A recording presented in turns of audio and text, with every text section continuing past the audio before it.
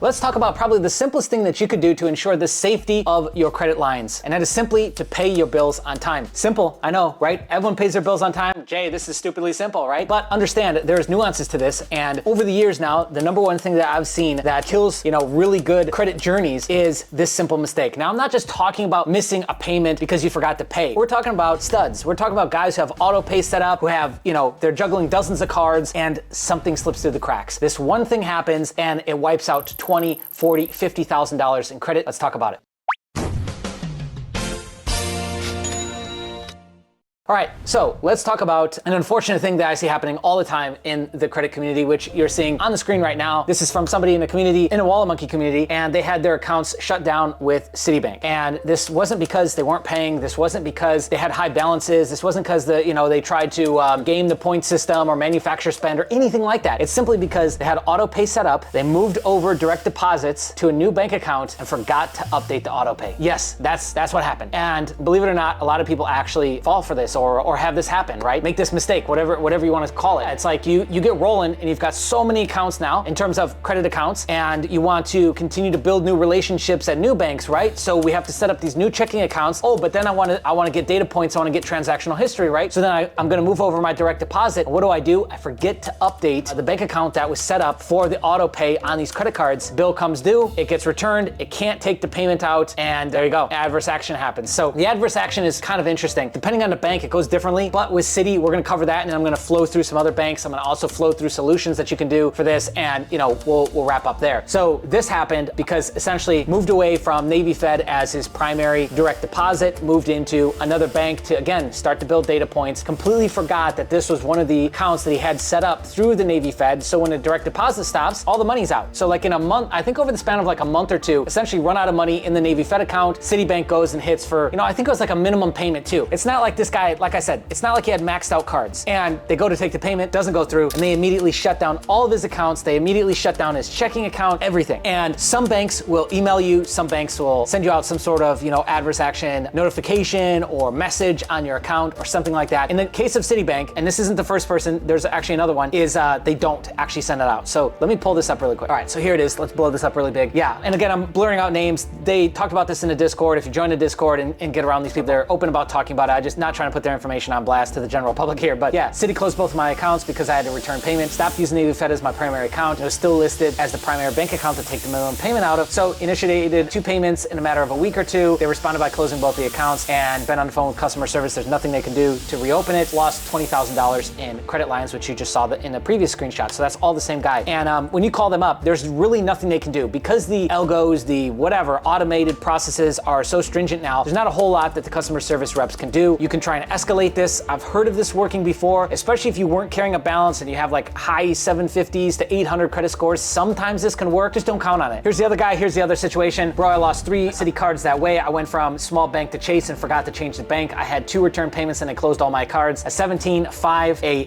$8,000, and a $22,700 card. That is like what, almost $50,000 in credit. And what they told him was try again in a year. So the time it takes to like shake this out of the system is usually 6 months to a year, depending on the bank, which is rough. If they keep your accounts open at all, they're going to slash you massively down to $200, $500 limits, and then you can try for a CLI in like 6 months. But most of the time, they're just going to close the account, and you're going to have to try again in 6 to 12 months. And that sucks, okay? And so they're not the only ones that do it though. Synchrony, we've covered them in previous videos, which we still get comments on those videos to this very day. They're horrible with just ghosting you. You'll just wake up, the account's closed. It'll be closed in good standings, but it'll be closed. Or I've heard some people getting emails with this as well, or they just logged in and noticed that they had cut limits. They closed multiple limits with me, Synchrony and Comenity, and I didn't get any notification at all. It just showed up on my credit report that there was a change, and ex facto, the accounts were closed. So really nice, right? Upgrade is another one that does this to you. Upgrade is like a fintech, and they report as a installment loan, so it's not as bad. So it's not going to show up as like over the limit. If they did balance chase you, like let's say you had a higher balance than what they just cut you down to, it's not going to show up on your credit report. So you're not going to have like that negative adverse action snowball effect kind of happen. And so that's, I guess, the semi-good thing out of that. Those are kind of weird cards anyways, but they're a fintech, so you can expect they're going to do this. Amex, we talked about about them before. We did a video on the channel talking about how they handle it and how they do it. And obviously there's been fintechs that shut down, CrowdFit shut down, several others on the business side shut down. And when a card shuts down, you're still obligated to pay off that balance and they will come chasing you down, even though the card is going to show shut down or it's going to eventually get closed out. Yeah, you want to make sure that those limits get handled. That's kind of what happened with these guys. Citibank, you can kind of expect across the boards, this is what happened. No email, no nothing, shut them down. And now they've got elongated amount of time that they've got to wait. If they even want to go back, I probably wouldn't even bother if it was me personally. Citibank has cut my limits in the past, but they give it back to me. And it was just because credit score fluctuations, right? Those things can cause a snowball effect of adverse action though, which sucks. So let's talk about solutions here. Because again, this isn't just you forgot to make a payment. This is that you had auto pay set up, you're doing all the right things, which is what we preach and talk about on this channel, and this slipped through the cracks. So the best thing I can suggest is if you don't have auto pay set up already, make sure you get auto pay set up. And usually you're only doing that like once every 2 or so years because they'll expire, I think like every 2 or 3 years, depending on the bank. So you should, in theory, only have to do this once every couple years. But if you are constantly going out there and setting up new accounts, moving over direct deposits, make sure you're either splitting out direct deposits. So I've got some going to the old account, some going to the new one, or we're setting some sort of Google Calendar alert or some sort of notification so that we can,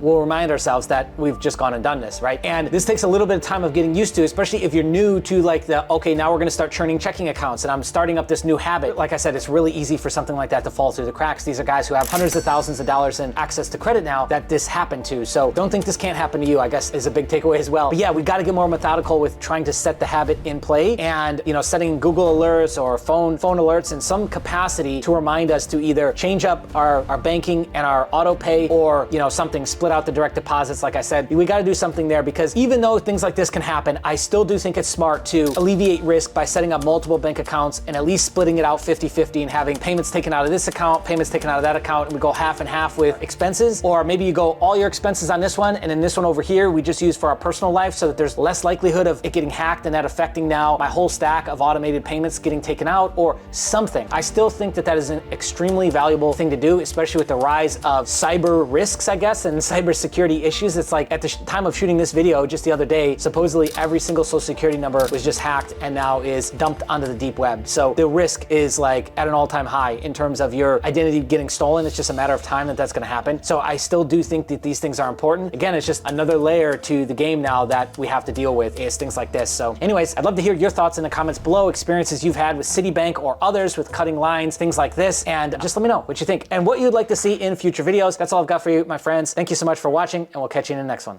Hey, you should subscribe. 60% of you are not subscribed yet. Right there. Okay, bye.